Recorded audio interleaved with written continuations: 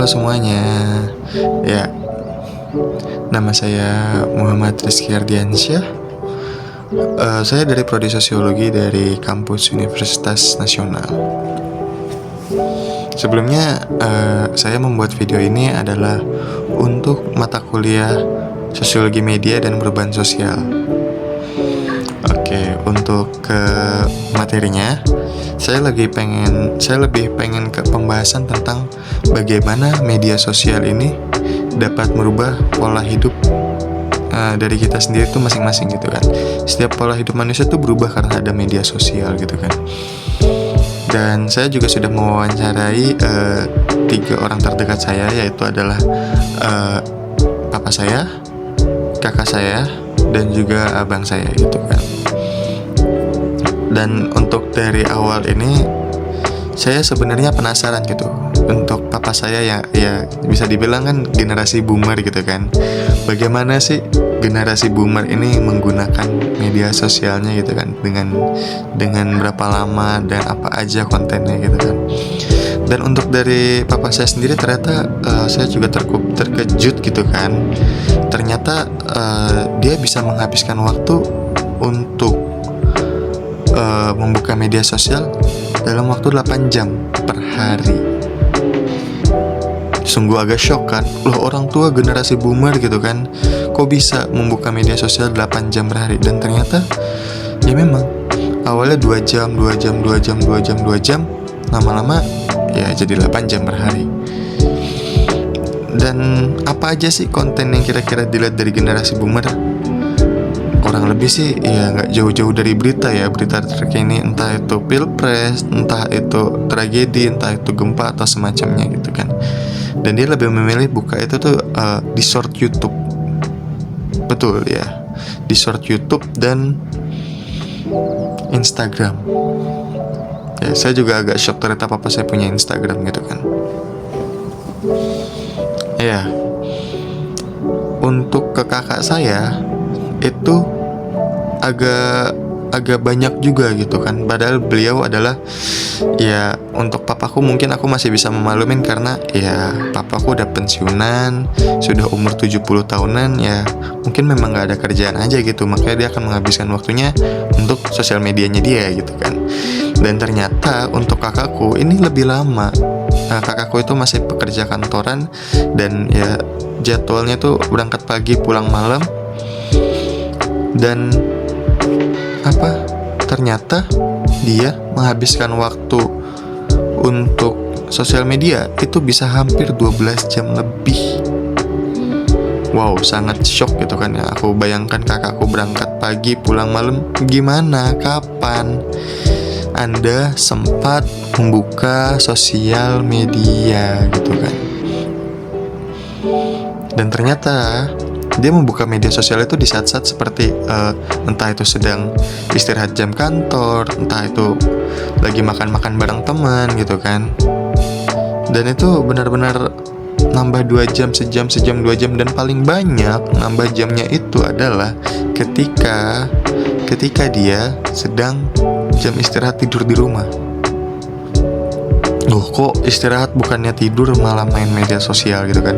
Iya, media sosial dia akan aktif di malam hari dan itu memakan waktu bisa kurang lebih jika dia pulang jam 8, maka dia tuh baru selesai sosial media tuh jam 1, jam 2-an. Sungguh merusak pola tidur banget. Jadi istirahat dia sebentar dong. Iya, karena katanya kalau nggak buka medsos nggak bisa tidur gitu kan. Itu ya masih aku kebayangkan sih, kok nggak bisa. Kenapa gitu? Emang apa hubungannya si medsos ini sama pola hidup kita? Kenapa jadi berubah kayak gini gitu kan? Oke, untuk orang ketiganya itu adalah abangku, yang ternyata abangku ini juga pekerja, berangkat pagi pulang malam. Dan ternyata dia menghabiskan waktunya lebih sedikit. Dan itu cuma sekitar 4-5 jam. Ya, 4-5 jam. Dan 4-5 jam itu kenapa dia bisa lebih sedikit? Ternyata lebih ke arah idealisnya dia. Kenapa begitu? Idealisnya dia adalah ketika dia mendapatkan informasi, entah itu dari short YouTube atau media sosial, dia akan mencari tahunya lebih lanjut. Melalui apa? Review YouTube yang durationnya panjang ya, bukan short YouTube.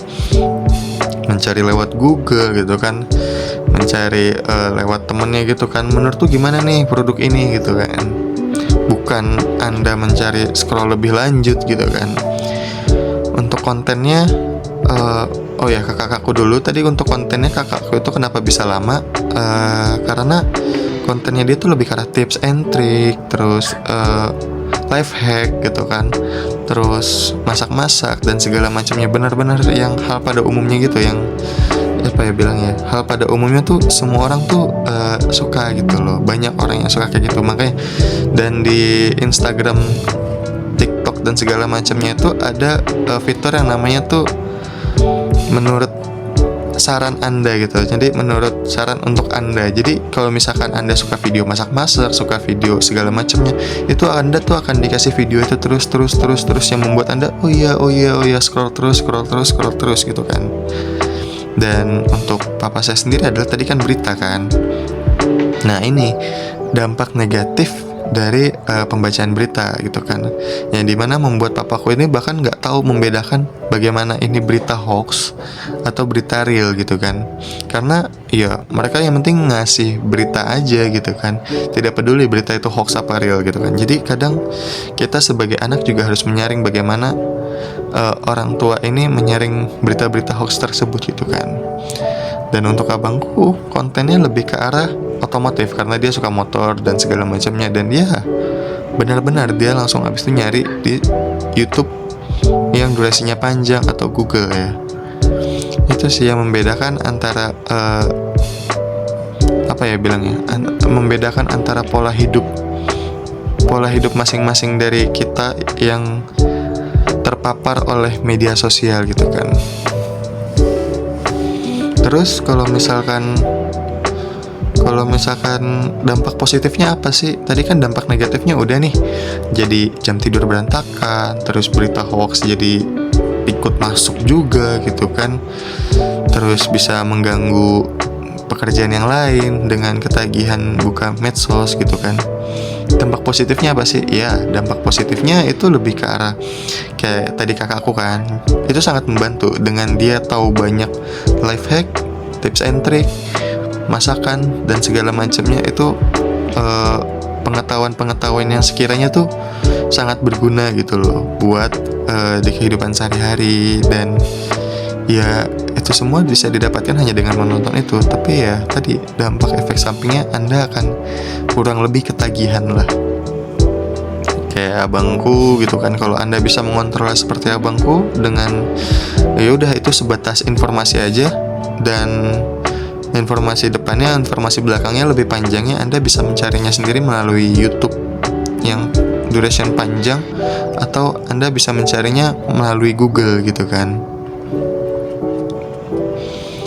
Kalau dari aku sendiri, jujur li, aku juga secara nggak suka ya istilahnya ya, karena aku bukan anak Instagram, aku bukan anak TikTok. Aku benar-benar cuman ya lihat sekedar seada butuhnya aja gitu loh. Beda sama orang yang kayak kakakku itu yang kayak oh lagi ini nih bikin SG, lagi ini nih bikin SG. Itu juga mempengaruhi pola hidup ya, yang dimana kenapa Anda mengumbar-ngumbar hidup Anda gitu kan. Aku tanya ke kakakku, terus kata kakakku tuh kayak ya ini passion, ini tuh gaya dia gitu loh. Semua orang ya semua orang punya gayanya tersendiri lah. Untuk abangku juga ya cuman untuk Instagram segala macamnya nggak terlalu ini gitu kan. Papaku juga ya enggak, aku juga enggak. Yang lebih ke arahnya sih kakakku gitu kan, yang kayak ketemu sama ini, ketemu sama itu, makan di sini, dia akan upload itu semua ke SG gitu kan. Jujur aku kurang suka, karena aku sendiri adalah bukan tipe orang yang mengumbar-ngumbar gaya hidupku ke orang lain gitu loh.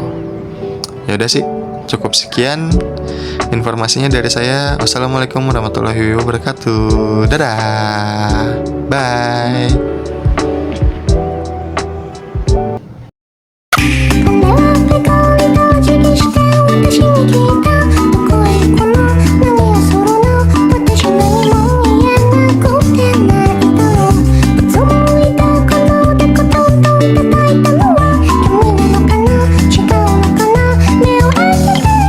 また